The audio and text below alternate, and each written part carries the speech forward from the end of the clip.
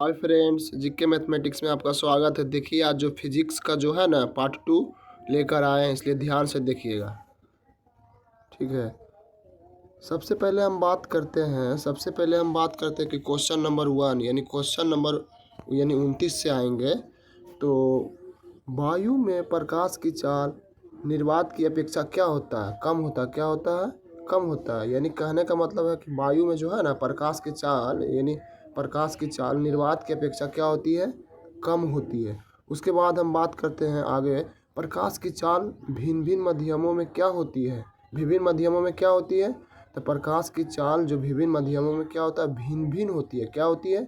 भिन्न भिन्न होती है। उसके बाद आगे चलते हैं कि तालाब का जल कम गहरा दिखाई देने का कारण क्या है? तो प्रकाश का अपवर्तन कारण है। क्या है? प्रकाश का अपवर्तन कारण। उसके बाद आगे चलते हैं, किसी लेंस द्वारा उत्पन्न आवर्धन का एसआई मात्रक क्या होता है? तो मात्रक क्या होता है? विहीन होता है। मात्रक क्या होता है? विहीन होता है। उसके बाद आगे चलते हैं,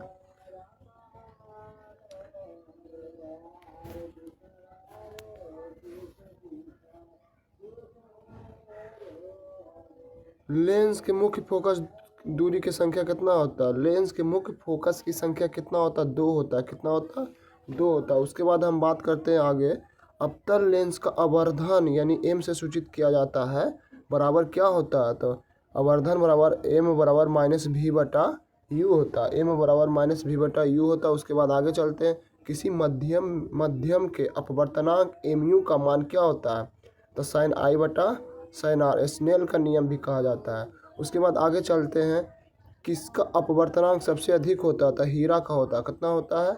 2.42। उसके बाद आगे चलते हैं,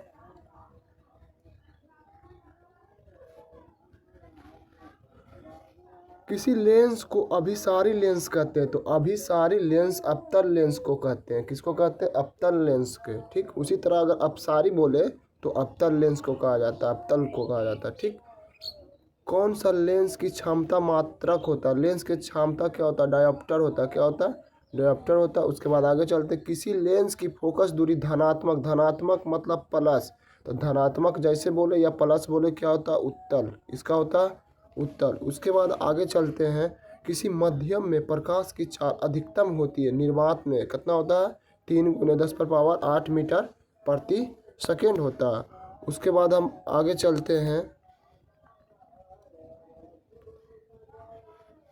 शब्दकोश के छोटे अक्षरों को पढ़ने के लिए किस लेंस का उपयोग करना पसंद करता है? तो 5 सेंटीमीटर उत्तल लेंस। 5 सेंटीमीटर उत्तल लेंस। उसके बाद आगे चलते हैं, यदि एक उत्तल लेंस की फोकस दूरी 20 सेंटीमीटर हो तो इसकी क्षमता क्या होगा? जैसे अगर बोले उत्तल लेंस था, ऑटोमेटिक प्लस होगा। अगर सेंटीमीटर में रहे तो 100 से भागा देना है। 100 बटा 20 से तभी बचे 100, तो 5 सेंटीमीटर हो गया। तो इसका आंसर हो गया +5, ठीक। उसके बाद आगे चलते हैं, कौन सा पदार्थ लेंस बनाने में प्रयुक्त नहीं होती? मिट्टी। कौन सा पदार्थ लेंस बनाने में प्रयुक्त नहीं किया जा सकता? मिट्टी को प्रयुक्त नहीं किया जा सकता। उसके बाद आगे चलते हैं, उसके बाद प्रकाश के अपवर्तन के कितने नियम होते हैं? प्रकाश के अपवर्तन के कितने नियम होते हैं? तो 2 नियम होते हैं। कितने नियम होते हैं? 2 नियम। उसके बाद आगे चलते हैं,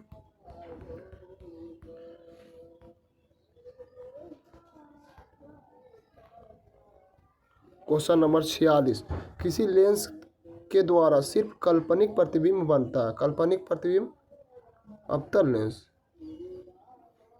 लेंस में बोले तो अवतल, हाँ सही है। उसके बाद हम आगे चलते हैं, 47 नंबर, एक एंगस्ट्रॉम का मान कितना होता है? 10⁻10 मीटर।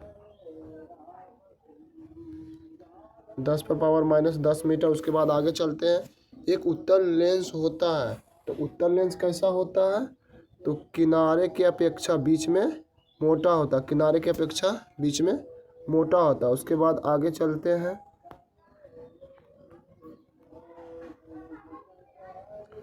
किसी बिंब का वास्तविक प्रतिबिंब समान आकार का प्राप्त करने हेतु बिंब को उत्तल लेंस के सामने कहाँ रखा जाता है? वक्रता केंद्र पर, कहाँ, वक्रता केंद्र पर रखा जाता है। उसके बाद उत्तल लेंस द्वारा आवर्धित काल्पनिक प्रतिबिंब बनता है जब वस्तु रहती है फोकस और उस लेंस के बीच, फोकस और लेंस के बीच। उसके बाद आगे चलते हैं, किसी वस्तु का वास्तविक प्रतिबिंब कौन बना सकता है, तो उत्तल लेंस, वास्तविक बोले तो उत्तल लेंस। ठीक, उसके बाद आगे चलते हैं,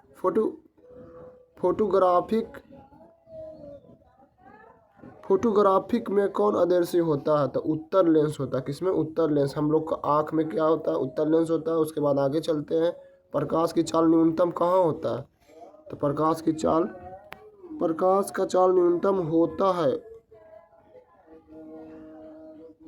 कांच में होता है। कहाँ होता है, कांच में। प्रकाश के चाल जो होता है ना, उत्तल लेंस यानी कांच में होता है। उसके बाद आगे चलते हैं, क्वेश्चन नंबर 54, अवतल दर्पण के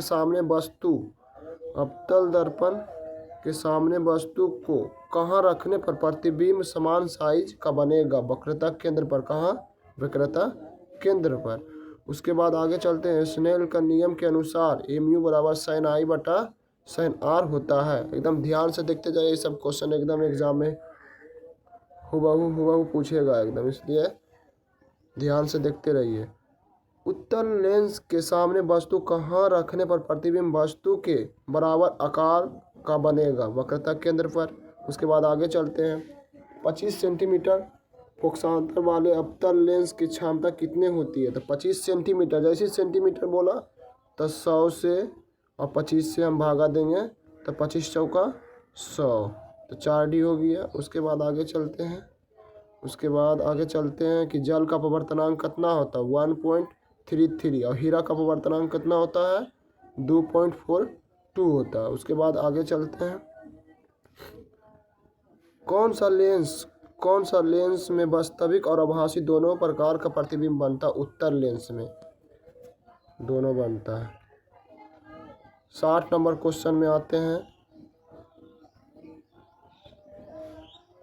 एक लेंस की क्षमता +5D है तो किस प्रकार का लेंस होगा, किस प्रकार का होगा, तो 5D है। तो 5D सेंटीमीटर के में करने के लिए कितना से, तो 100 से नहीं 20 है ना, 20 से भागा देंगे, 20 से 25 100, तो 20 होगा। यानी बात करते हैं कि अगर इस सेंटीमीटर में लाना है, डायोप्टर दिया हुआ है, तो इसको कितना से भागा करेंगे, यानी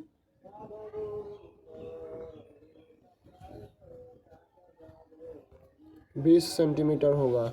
ठीक, इसलिए फिर आगे चलते हैं, 1 मीटर फोकसांतर वाले की अवतल लेंस की क्षमता, एक डायोप्टर होता है, कितना होता है, एक डायोप्टर होता है। उसके बाद आगे चलते हैं, एक प्रयोग में अवतल दर्पण द्वारा किसी बिंब का प्रतिबिंब एक पर्दे पर प्राप्त किया जाता है। दर्पण के फोकस दूरी के निर्धारित करने के लिए प्रयोगकर्ता को मापने के लिए जरूरत होता है, तो दर्पण के तथा पर्दे के बीच की दूरी, दर्पण तथा बिंब के बीच की दूरी, वक्रता केंद्र। यानी थोड़ा सा दिक्कत होता है दोस्तों, क्योंकि नया बना रहे हैं, इसके लिए थोड़ा सा माफ़ करना, कुछ उतना समझ में नहीं आता है। कौन सा पदार्थ जिनसे होकर प्रकाश आसानी से पार कर जाता है, पारदर्शी। यानी हम बात करते हैं ना, जो आर पार दिखाई देगा पारदर्शी कहलाएगा, जो आर पार नहीं दिखाई देगा अपारदर्शी कहलाएगा, जो धुंधला दिखाई देगा प्रभासी कहलाएगा। उसके बाद आगे चलते हैं, किसी दर्पण द्वारा किसी वस्तु का वास्तविक प्रतिबिंब मिल सकता है केवल अवतल दर्पण में, उसके बाद आगे चलते हैं,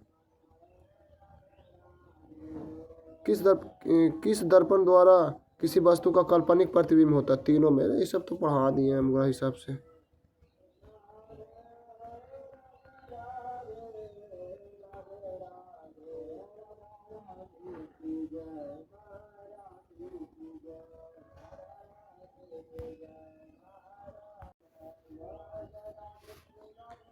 किस दर्पण द्वारा किसी वस्तु काल्पनिक प्रतिबिंब मिल सकता है? तीनों में, अवतल दर्पण, उत्तल दर्पण और समतल दर्पण। उसके बाद आगे चलते हैं क्वेश्चन नंबर 66। वस्तु से छोटा और आभासी प्रतिबिंब किस दर्पण से प्राप्त होता है? उत्तल दर्पण से प्राप्त होता है। किससे होता है? उत्तल दर्पण से प्राप्त होता है। उसके बाद आगे चलते हैं, अवतल दर्पण के फोकस दूरी उसकी वक्रता त्रिज्या की क्या होती है? आधी होती है। अवतल दर्पण उसके फोकस दूरी की वक्रता त्रिज्या क्या होती है? आधी होती है। उसके बाद आगे चलते हैं, मोटर गाड़ी के चालक के सामने लगा होता है किसमें? उत्तल दर्पण। किसमें क्या लगा होता है? उत्तल दर्पण। उत्तल दर्पण द्वारा बना प्रतिबिंब हमेशा काल्पनिक और सीधा होता है। कैसा होता है? काल्पनिक और सीधा। संबंध यानी बात करते हैं फोकस बराबर त्रिज्या बटा 2, यानी कहने का मतलब अवतल दर्पण और उत्तल दर्पण के संबंध में फोकस दूरी फोकसांतर कितना होता है? त्रिज्या बटा 2 होता है, या नहीं तो व्यास बटा 2 होता है। उसके बाद आगे चलते हैं, उसके बाद क्वेश्चन नंबर 71 में, जब प्रकाश की एक किरण एक माध्यम से दूसरे माध्यम में जाती है तो पूर्व पथ से विचलित हो जाती है, तो इसे क्या कहते हैं? अपवर्तन कहते हैं। क्या कहते हैं? अपवर्तन कहते हैं। इसलिए फिर आगे चलते हैं, न्यू बना रहे हैं, इसके लिए थोड़ा सा दिक्कत होता है, कहीं कहीं रुक जाते हैं, इसलिए थोड़ा सा माफ़ करना दोस्तों। फिर आगे चलते हैं, 72 नंबर, प्रकाश की एक किरण जब विरल माध्यम से संगन माध्यम में जाती है तब वह क्या होता है? अभिलंब की ओर मुड़ जाती है। कहने का मतलब है जब विरल माध्यम से संगन माध्यम जाती है तो अभिलंब की ओर मुड़ जाती है। अगर बात करें संगन माध्यम से विरल माध्यम में जाएगी तो क्या होता है? अभिलंब से दूर मुड़ जाएगी। दोनों ध्यान रखना। जब प्रकाश की किरण दो माध्यमों को अलग करने वाली सतह पर लंबवत पड़ती है तो क्या होता है? बिना मुड़े सीधे रेखा निकल जाती है। सही बात है, इसके लिए थोड़ा सा ध्यान याद रखना है। ठीक, उसके बाद आगे चलते, पानी से भरी बाल्टी का गहराई कम मालूम पड़ने का कारण क्या? प्रकाश का अपवर्तन कारण है। उसके बाद आगे चलते हैं, जब प्रकाश की किरण सघन माध्यम से विरल माध्यम में जाती है तो अभिलंब से दूर मुड़ जाती है, बोले थे उधर। उसके बाद आगे चलते हैं, मानव नेत्र के लिए दृष्टि का स्थायित्व कितना होना चाहिए? 1/16 सेकेंड होना चाहिए। उसके बाद आगे चलते हैं, किसी वस्तु का प्रतिबिंब कहाँ बनता है? वह है रेटिना पर। कहाँ बनता है? किसी वस्तु का प्रतिबिंब कहाँ बनता है? रेटिना पर बनता है।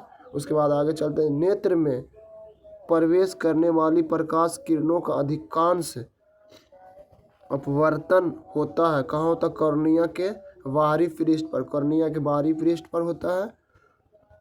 उसके बाद आगे चलते हैं, पुतली के साइज को कौन नियंत्रित करता है? परितारिका करता है। उसके बाद आगे चलते, आँख का व्यवहार किया जाता है उत्तल लेंस के द्वारा। सही बात है। उसके बाद आगे चलते, मानव नेत्र में किस प्रकार का लेंस पाया जाता है? उत्तल लेंस पाया जाता है। ठीक, उसके बाद आगे चलते, एक स्वस्थ आँख के दूर बिंदु कितना होना चाहिए? अनंत। यानी किसी का अगर बात करें कि कोई की अच्छा आँख है ना तो कहाँ तक देख सकता है? अनंत तक देख सकता है।